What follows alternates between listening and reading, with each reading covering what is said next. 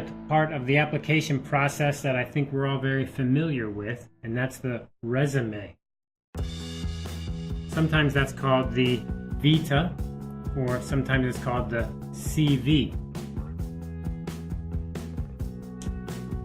CV means curriculum vitae, and usually we use CV when we're talking about education or jobs that are related to maybe teaching, because it's your curriculum vitae. Sometimes I think in Taiwan this is called your autobiography, which is not correct. Autobiography is telling the story of your life. That's also used sometimes for the application letter, which is another video. For the resume, what we're doing is we're basically telling the history of your skills, the things that you've done in the past that show you have some contribution to make, to sell yourself, as we talked about previously. Let's look at a resume and how it works. A resume, or a CV, or a curriculum vitae, or sometimes called a data sheet, this is really the most important part of your job search, because this is the detail. This is going to tell people very quickly what is your education, what is your work experience, and they're going to look at it very fast. So it's really, really important to be organized and to follow the standard. That is the SOP, Standard Operating Procedure, the normal way to do it. If you do it an unusual way, it might be hard for people to follow. However, at the same time, an application with a resume can include something creative. A resume can be formatted in many different ways. So let's take a look at what's maybe possible, or what's at least normal. Usually it'll be 1 or 2 pages showing your history. And when we look at a resume, where does it fit in on the creativity scale? That is to say, how free are you to do anything you want? And I think the answer is it depends on the job you're looking for. So if you're looking for a very creative job, then of course you can make your resume very creative. If you're looking for a more conservative job, then you need to make your resume look conservative. If you're looking for a job in like art, or drafting, or drawing, or computer imaging, that's totally different than looking for a job in a law firm to be a lawyer. So it really depends on what you're applying for. So I always say creativity is a good idea. Certainly I'm very happy to see creative resumes. But you need to balance that with, does it match what the job is? So normally we make resumes in a very conservative way. A resume fits into the whole process in this way. A resume is kind of equal to a curriculum vitae, equal to a data sheet. You can call it whatever you want, but these whatever one they are, or I always call it a resume, they fit together with the other parts of the application process. So very quickly, let me review so we don't get confused or lost. Remember, when you apply for a job, you make a list of your skills. Those lists can kind of go into the resume, but the resume is mostly the very clear history, and then some skills or others. You also have an application letter. So you have a resume and an application letter. You may also have to fill out some job forms, some application forms, which we talked about in another video. So all these go together to be part of the application process.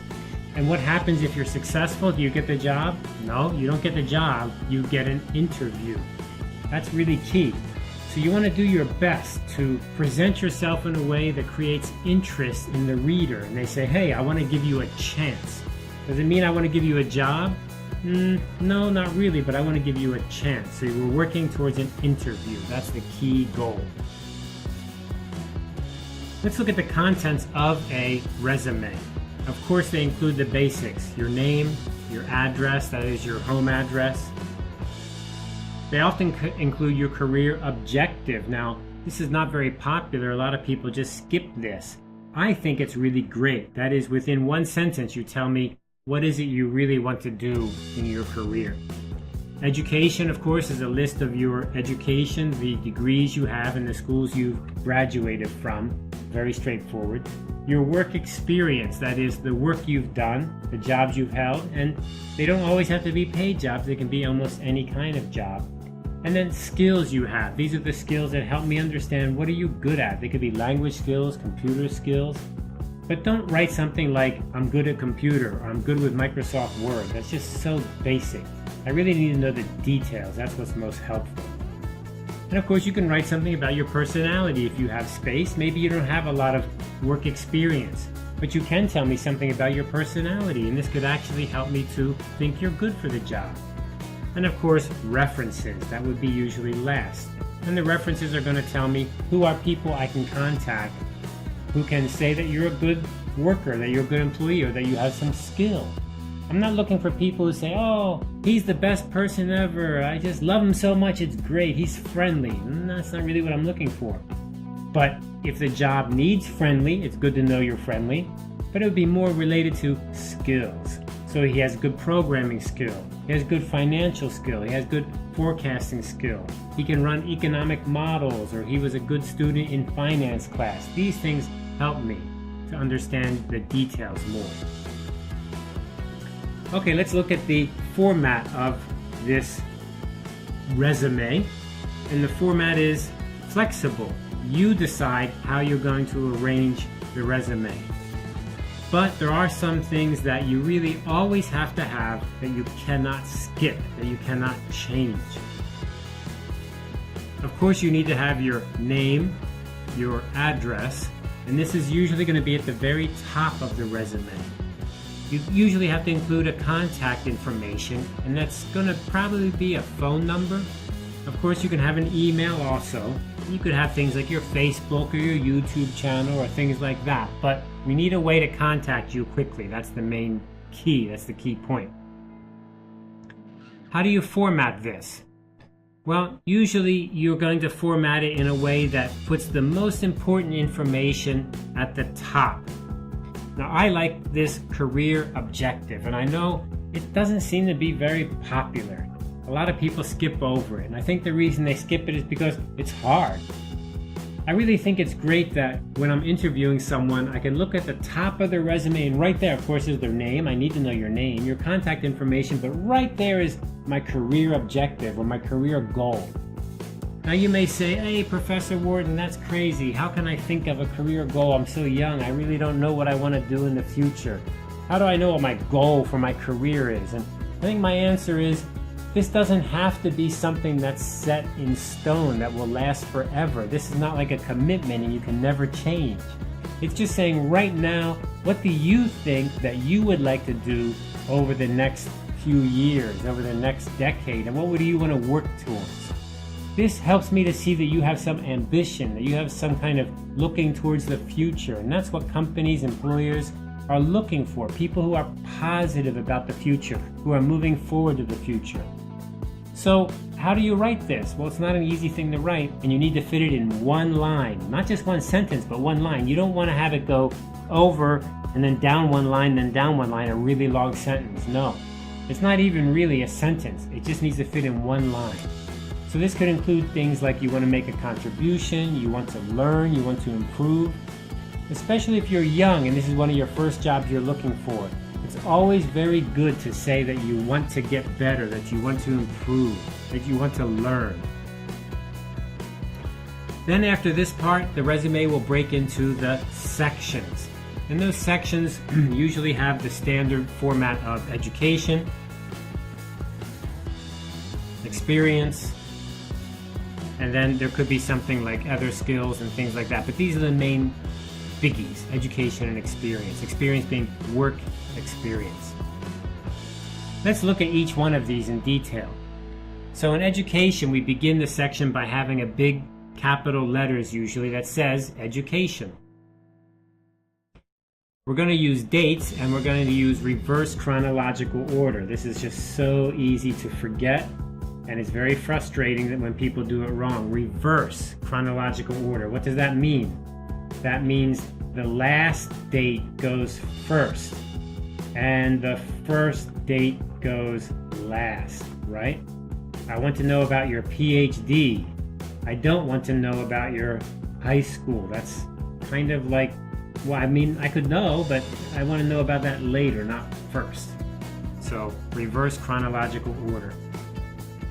Now, when you write the dates for your school education, your degrees, you need to include the actual degree. What is it that you got a degree in? What did you study? What's the title of your degree?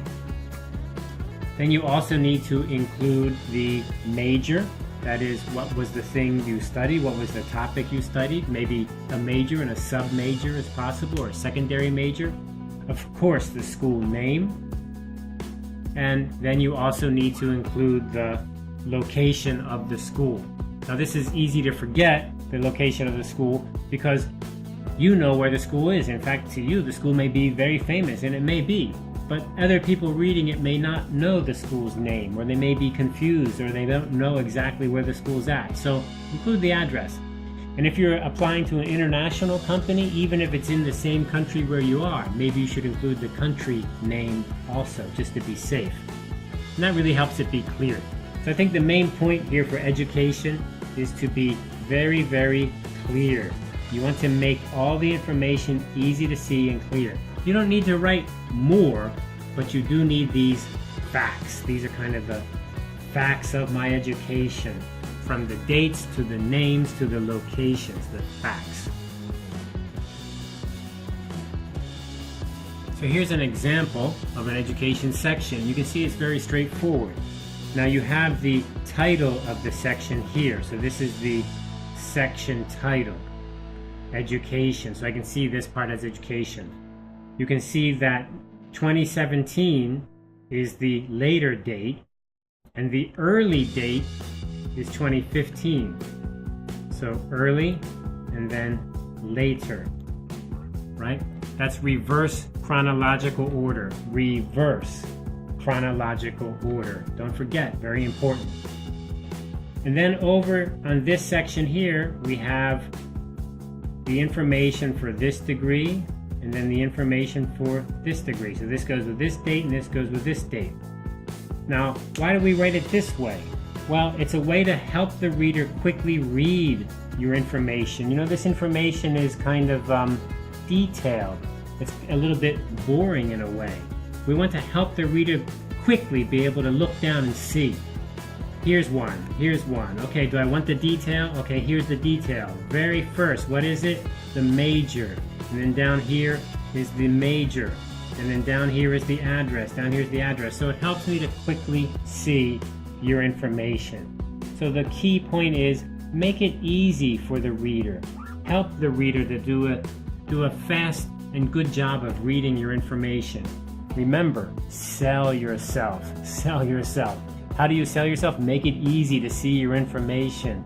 Don't make it hard. If you push it all together, if you pack it together, that's so hard. Spread it out. Make the titles.